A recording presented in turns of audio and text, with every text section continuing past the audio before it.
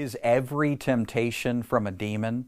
Well, of course not. Remember what demons are. Demons are fallen angels, and angels are not omnipresent. They can't be in more than one place at one time. Only God is omnipresent. Satan is not, and his host of fallen angels are certainly not. So what happens then when a believer is tempted? I mean, let's face it, believers all over the planet are tempted every day and every hour, and unbelievers are tempted. So is this evidence of a demon all the time? Of course not.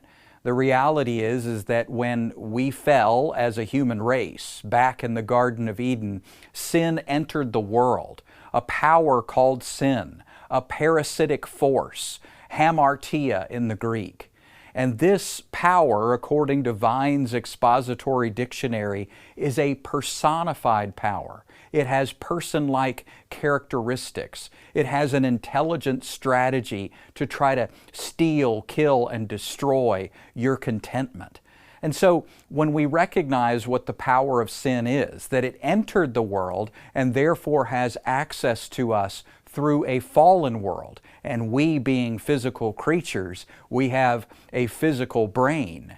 And so we can be tempted at any moment by any thought. And it doesn't mean there's a demon. It simply means that we live in a fallen world, and our opponent is a power called sin.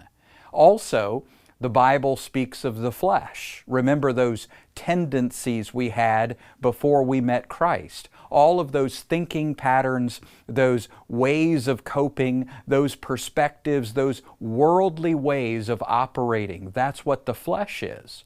And when we were saved, we didn't get all new attitudes like that. Instead, we're in this process, this beautiful adventure of getting our minds renewed. So we can fall prey to any thought at any time, and it can be sin and the flesh and sin. The presence of a demon is not necessary for us to be tempted. But let us never forget that the source of temptation is not us. We're not fighting a battle against our own hearts. We're not fighting a war against our own spiritual selves. Jesus said, "A house divided against itself cannot stand." And that's why we've got to know our identity in Christ. Sure, we can get any thought at any time, and it's not a demon, but we are children of God, and we are dead to sin and alive to God. And we are not meant to walk after the flesh. We're built, redesigned from the ground up to walk by God's Spirit.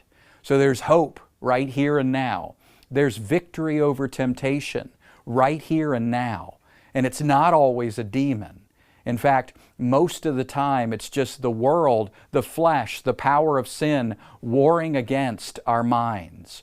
But we can present our minds to Christ and offer our bodies to Him in every moment.